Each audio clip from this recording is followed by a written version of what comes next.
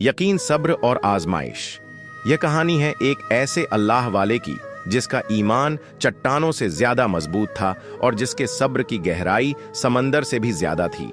एक गांव जहां जमीन प्यासी थी और दिल भी वीरान थे, जहां दिन की शुरुआत उम्मीद से होती मगर शाम मायूसी की चादर ओढ़ लेती। लोग पानी की एक बूंद के लिए तरसते, लेकिन असल प्यास किसी और चीज की थी, ईमान की, यकीन की, हिदायत की। मगर फिर कुछ ऐसा हुआ जिसने सबको हिलाकर रख दिया। क्या यह किसी का वहम था या वाकई कोई मोजेजा? क्या यह आजमाइश का खात्मा था या किसी और इम्तिहान का आगस? यह कहानी आपको एक ऐसी सच्चाई से रूबरू कराएगी जो शायद आपने पहले कभी ना सुनी हो। आखिर ऐसा क्या हुआ कि पूरा गांव दंग रह गया? जानने के लिए कहानी आखिर तक देखें, क्योंकि हकीकत वह नहीं जो नजर आ रही है। बगदाद के गांव में जहां पानी की कमी थी, चारों तरफ सिर्फ रेगिस्तान था, वहां एक ऐसा कबीला आबाद था जिनके दिल सख्त हो चुके थे। उनके दिल पत्थर जैसे बन चुके थे। ना उनमें एहसास था, ना ही दूसरों के लिए कोई रहम। लेकिन फिर भी वह एक ऐसे अजाब का सामना कर रहे थे जिससे उन्हें कभी छुटकारा नहीं मिलने वाला था। वह जिस गांव में रहते थे वहां की जमीन बहुत सख्त थी। वहां पानी का नाम और निशान नहीं था।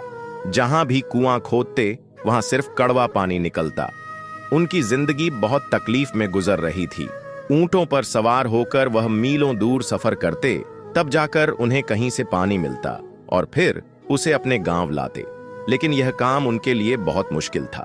ये लोग यहूदी थे, इस्लाम से बहुत दूर। इसके बरक्स पास के एक दूसरे गांव में हर नेमत मौजूद थी। उस गांव में एक बुजुर्ग रहते थे, हजरत साहिब। हजरत साहिब की उम्र साल हो चुकी थी, लेकिन वह अल्लाह के बहुत नेक और पहुंच हुए बुजुर्ग थे। उनका चेहरा नूरानी था। जब भी वह बोलते ऐसा लगता जैसे उनके लफ्जों से फूल झड़ रहे हों। हर कोई उनकी बहुत इज्जत करता था। हजरत साहिब 5 वक्त के नमाजी थे। उन्होंने कभी भी कोई नमाज कज़ा नहीं की। वह तहज्जुद गुजार थे, अल्लाह के प्यारे बंदे थे। उनके दिल में यकीन बहुत मजबूत था। उन्होंने अपनी जिंदगी में बहुत सफर किए थे। वह कहते थे, अल्लाह के दीन की खातिर सफर करो, तभी मंजिल मिलती है। उन्होंने अल्लाह के दीन की खातिर फिर बहुत दूर दूर के इलाकों का सफर किया। उनकी जिंदगी में बहुत से वाकयात आए, बहुत सी आजमाइश आई, लेकिन वह हर हाल में अपने अल्लाह पर यकीन रखते थे, जो अपने नौजवानों को बताया करते थे। वह हर रोज अपने गांव में एक महफिल लगाते, जहां पर लोगों को दीन का दर्स देते और नेक राह पर चलने की अच्छी अच्छी बातें बताते। लोगों के दिल पर इनकी बातें बहुत असर करती थीं। इसी तरह दोपहर का वक्त था। अल्लाह वाले हजरत साहब दरख्त के नीचे सो रहे थे। वह जमीन पर सोने के आदी थे और उनके दिल के अंदर दुनिया की हवस बिल्कुल नहीं थी। बहुत सारे उनके शागिर्द थे जो उनसे दीन की तबलीग लेकर अपनी जिंदगी बदल चुके थे, और गांव के बहुत सारे नौजवान उनके पास हर रोज दर्स लेने आया करते थे। एक दिन हुआ यूं कि असर का वक्त था। बुजुर्ग नमाज अदा करके जंगल की तरफ रवाना हो गए, क्योंकि वह ज्यादातर तन्हा रहकर अल्लाह की इबादत किया करते। एक दिन वह जंगल में जाते हैं तो जल बहुत घना था। एक सायादार खूबसूरत दरख्त जिसका साया बहुत बड़ा था, वह अल्लाह वाले हजरत साहब को बहुत पसंद आता है। उनका दिल करता है कि वह उसके नीचे आराम करें। वैसे भी गर्मी बहुत थी। अल्लाह वाले बुजुर्ग नमाज ए असर अदा करके उसी दरख्त के नीचे आराम फरमाने के लिए बैठ जाते हैं। ना जाने कब उनकी आंख लग गई। हजरत साहब एक ख्वाब देखते हैं। एक ऐसा गांव है जिसमें चारों तरफ गर्द ही गर्द है। वहां पर लोग हैं, लेकिन उनके चेहरे वजह नहीं है। कुछ लोग भाग रहे हैं और कुछ लोग जमीन पर गिरे पड़े हैं। कोई ऐसी चीज की तलाश में है जो उनको बहुत अजीज हो, लेकिन उनके पास नहीं है। पर एक बच्चा जो अल्लाह वाले बुजुर्ग के पास आता है और कहता है, क्या आप हमारी मदद करेंगे? क्या आप हमारी मदद करेंगे? क्या आप हमारी मदद करेंगे? यह कहकर वह बच्चा बेहोश हो जाता है। इसी दौरान हजरत साहब की आंख खुलती है। इस दौरान उनको पसीना आ चुका था। वो एकदम से उठे। आज से पहले उन्होंने कभी ऐसा ख्वाब नहीं देखा था। इस ख्वाब ने उनको बहुत परेशान कर दिया। हजरत साहब सोच में पड़ गए कि ऐ अल्लाह तबारक व ताला, इस ख्वाब की ताबीर क्या हो सकती है? वह तो अल्लाह के नेक बंदे थे, अल्लाह के बहुत करीब थे, नमाज पढ़ते थे, रोजे रखते और पूरा पूरा दिन क़याम में रहते थे। वह समझ चुके थे कि कुछ ऐसा है जिसके पीछे उनको यहां से निकलना पड़ेगा। अल्लाह वाले बुजुर्ग बिना कुछ सोचे अपने गांव में वापस आते हैं और सब गांव वालों को आवाज लगाते हैं, ऐ मेरे मुसलमान साथियों, लगता है मेरे सफर का वक्त आ चुका है। मैं अल्लाह की राह में सफर के लिए रवाना हो रहा हूँ। तुम लोगों ने मेरे दिए गए सबक नहीं भूलने, अपनी इबादत में कोई रुकावट नहीं डालनी, ताकि मैं आऊं तो तुम लोग ऐसे ही अल्लाह के जिक्र सकार में मशगूल रहो। हो सकता है कि मैं कभी वापस भी ना आऊं, क्योंकि मैं ऐसे सफर पर निकल रहा हूं जिसकी मंजिल का मुझे बिल्कुल पता नहीं है। कुछ नौजवान उनके पास आए और कहने लगे, हजरत साहब, आप कैसी बातें कर रहे हैं? कौन सा सफर? आप कहां जाएंगे? आपकी उम्र बहुत ज्यादा हो चुकी है। वैसे भी आप लाठी के सहारे चलते हैं और आप सफर की बात कर रहे हैं। हम समझे नहीं, क्या आप हज पर रवाना हो रहे हैं? हजरत साहब कहने लगे, नहीं, मैं हज पर रवाना नहीं हो रहा, बस मैं एक ऐसे सफर पर जा रहा हूं जिसकी मंजिल का पता नहीं। अगर मंजिल का पता होता तो मैं तुम लोगों को बता देता। वह लोग खामोश हो गए, दुआ देने लगे कि आप कामयाब ही वापस लौटे। हजरत साहब के पास एक थैला था। इस थैले में एक पानी का बर्तन था, उनकी लाठी थी और एक लिबास जो इस थैले के अंदर उन्होंने डाला हुआ था। इन 3 चीजों के साथ ही वह अपना सफर शुरू करते हैं। गांव वालों को उनके पुख्ता ईमान और बेखौफ दिल का अंदाजा था, क्योंकि वह सिर्फ अल्लाह से ही डरते थे। उनको किसी चीज का खौफ नहीं था, वह तो जानते थे, इसीलिए उन्होंने ज्यादा सवाल नहीं किए। इस तरह हजरत साहब अपना स्वर शुरू करते हैं। गर्मियों का वक्त था, पानी की कगल थी, सहरा में जा पहुंचे।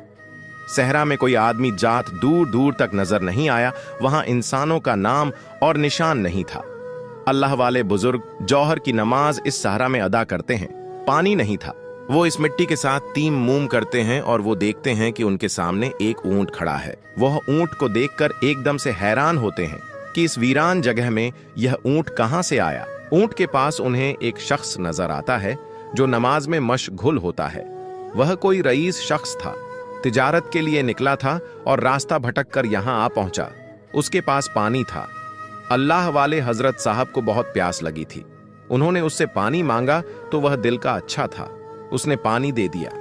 हजरत साहब से सवाल करने लगा, बुजुर्ग, आप अल्लाह के नेक मालूम होते हैं, उम्र भी आपकी ज्यादा है, आप इस वीराने में क्या कर रहे हैं? हजरत साहब मुस्कुराने ने लगे और कहने लगे, अगर मैं तुमसे यही सवाल पूछूं तो तुम क्या जवाब दोगे? वह कहने लगा, हजरत साहब, मैं तो एक सौदागर हूं, तिजारत के सिलसिले में दूसरे शहर जा रहा था, रास्ता भटक कर यहां पहुंचा हूं, मुझे नहीं पता कि मेरी मंजिल किस तरफ है। हजरत साहब मुस्कुराने लगे और कहने लगे, बस ऐसे ही समझो कि मैं भी तुम्हारी ही तरह हूं कि मुझे भी मंजिल का पता नहीं।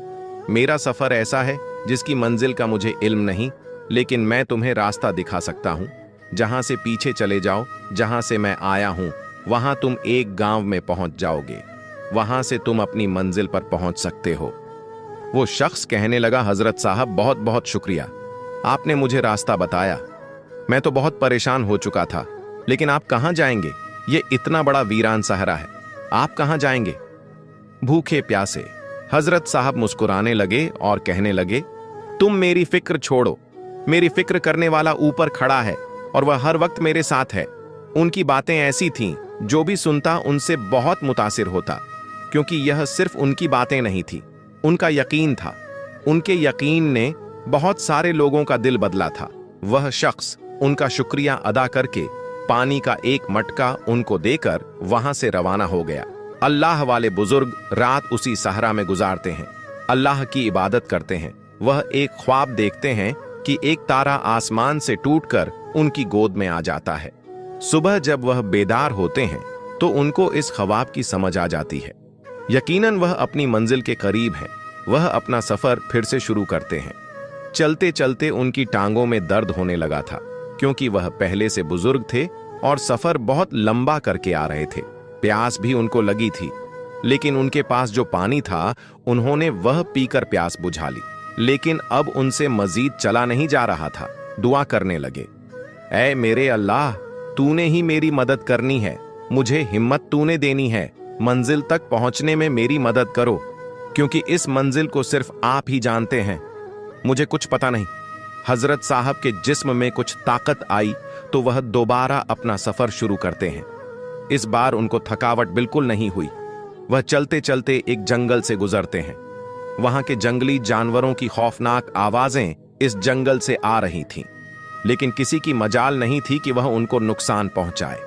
वह चलते जा रहे थे, रास्ते खुद ब खुदा, जहां उनके सामने एक ऐसा दिल दहला देने वाला मंजर था कि हजरत साहब कांप उठे। लोगों की शक्लें बहुत काली थीं, उनकी चमड़ी सूख चुकी थी, चेहरे पर कोई रौनक नहीं थी। दरअसल जैसे उनके चेहरे स्याह थे, वैसे ही उनके दिल भी स्याह हो चुके थे। वो जमीन बंजर थी, वहां एक भी हरा भरा दरख्त नहीं था। हजरत साहब को एक झोपड़ी नजर आती है जो उस गांव में मौजूद थी। वहां पर एक गरीब औरत थी जिसकी हालत बहुत बिगड़ चुकी थी। हजरत साहब उसके पास जाते हैं और उसे सलाम करते हैं। वह औरत मुसलमान थी, रोने लगी और कहने लगी, आप कौन हैं और आप यहां कैसे आ गए? क्या अल्लाह ने आपको हमारे पास भेजा है? मगर आप भी उनका सामना नहीं कर पाएंगे। वह बहुत जालिम है, उनके अंदर दिल नहीं है। आप उनके सामने कैसे टिक पाएंगे? वह किसी की नहीं सुनते। उनके दिल स्याह हो चुके हैं। चले जाइए, चले जाइए। मैं कहती हूं आप यहां से वापस मत आइएगा। अगर उनको मालूम हुआ तो वह आपको नहीं छोड़ेंगे। आप उनसे वाकिफ नहीं हैं, जाइए। वो औरत रो रही थी और हाथ जोड़ने लगी। हजरत साहब